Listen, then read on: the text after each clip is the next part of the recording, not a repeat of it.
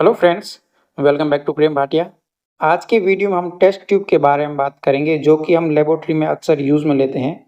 तो test tube क्या होती है और इसको हम किस प्रकार से यूज़ में लेते हैं और इसके टाइप कौन-कौन से हैं उसके बारे में हम डिटेल में बात करेंगे।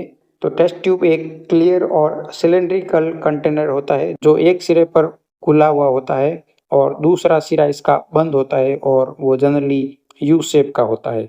तो अगर हम टेस्ट ट्यूब के प्रकार की बात करें तो मुख्य रूप से 2 प्रकार की टेस्ट ट्यूब हम लेबोरेटरी में यूज़ में लेते हैं।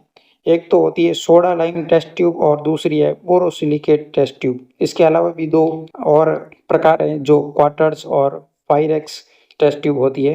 तो मुख्य रूप से हम सोडा लाइम और बोरोसिलिकेट टेस्ट ट्यूब यूज़ में लेते हैं।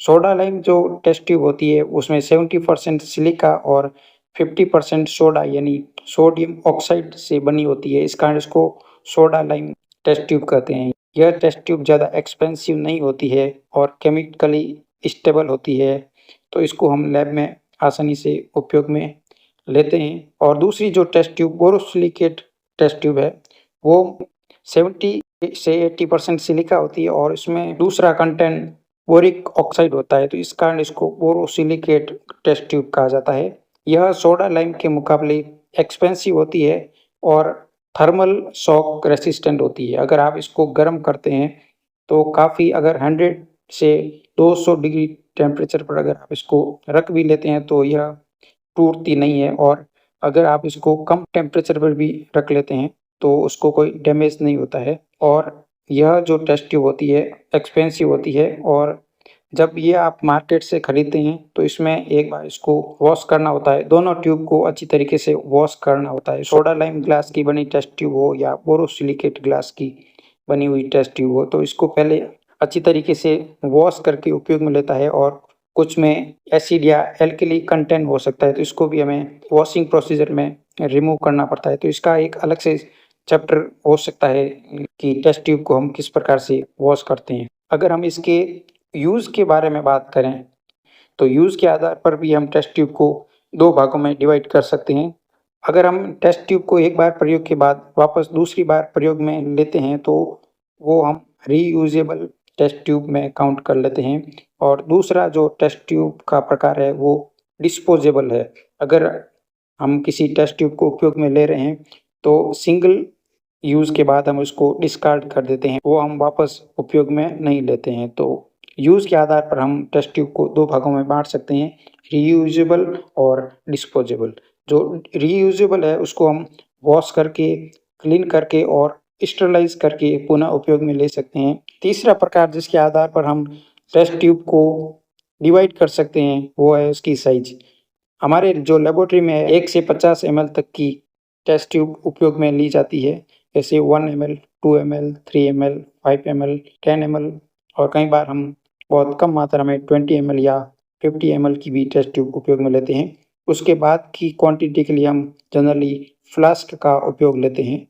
जो बड़ी साइज़ की टेस्ट ट्यूब होती है उसको हम जनरली रिएजेंट प्रिपरेशन के लिए उपयोग में लेते हैं और जो कम साइज़ की टेस्ट ट्यूब होती है उसको हम टेस्टिंग में उपयोग में लेते हैं, चाहे वो सैंपल कलेक्शन के लिए होती है या फिर हमारी जो टेस्ट प्रोसीजर होता है उसमें हम उस टेस्ट ट्यूब को उपयोग में लेते हैं।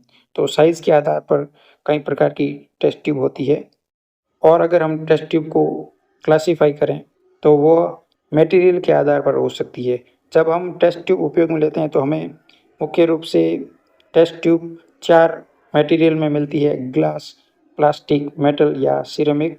मेटल और सिरेमिक टेस्ट ट्यूब हमारे लेबोरेटरी में उपयोग में नहीं ली जाती है, जबकि ग्लास और प्लास्टिक की टेस्ट ट्यूब हम लैब में उपयोग में लेते हैं। ग्लास की टेस्ट ट्यूब थोड़ी महंगी होती है, हीट रेसिस्टेंट होती है और केमिकल फ्री भी होती है। और अगर हमें किसी का कलर देखना हो टेस्ट के दौरान, अगर किसी टेस्ट में कलर प्रोड्यूस होता है तो उसके लिए हम ग्लास की टेस्ट ट्यूब लेते हैं। ट्रांसपेरेंट होती है और कलर अच्छी तरीके से हमें दिखाई देता है। और ये ग्लास टेस्ट ट्यूब हम बॉयलिंग के लिए या वाटर बाथ में या जो हमारे बायोकेमिस्ट्री टेस्ट है उसके लिए हम उपयोग में लेते हैं, क्योंकि यह केमिकली फ्री होती है और इसको रीयूज़ भी कर सकते हैं अच्छी तरीके से ट्रीटमेंट के बाद। दूसरा प्रकार है प्लास्टिक की टेस्ट ट्यूब। यह बहुत ही सस्ती ट्यूब होती है और हम इसको आसानी से उपयोग में ले सकते हैं, डिस्पोज़ कर सकते हैं, इसको रीयूज़ करने की आवश्यकता नहीं होती है और इसका वेट बहुत ही लाइट होता है और ये जो हम टेस्ट ट्यूब का उपयोग यूरिन सैंपल के लिए या ब्लड सैंपल कलेक्शन के लिए यूज़ में लेते हैं। एक और प्रकार है जिसके आधार पर हम टेस्ट ट्यूब को और क्लासिफ़ाई कर सकते हैं, डिफ़ाइन कर सकते हैं, वो है इसका कलर कोड के आधार पर। हालाँकि इस ट्यूब का कलर नहीं बल्कि इसकी कैप के कलर के आधार पर इनको पहचाना जाता है।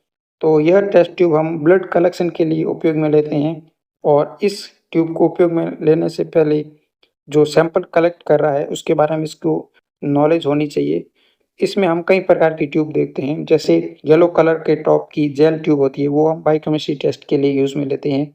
इसी प्रकार से ब्लू लाइट कलर की हम टेस्ट ट्यूब कोगुलेशन स्टडी के लिए उपयोग में लेते हैं। रेड कलर की टेस्ट ट्यूब जिसे सीरम सेपरेटर या क्लॉट एक्टिवेटर होता है, वो हम बायोकेमिस्ट्री टेस्ट में या जो सीरोलॉजी टेस्ट है, उसमें हम उपयोग में लेते हैं।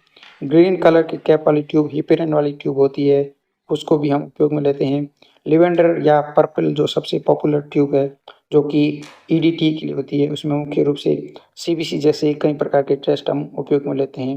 एक और कलर होता है ग्रे कलर, जो कि हम ब्लड ग्लूकोज़ के लिए उपयोग में लेते हैं।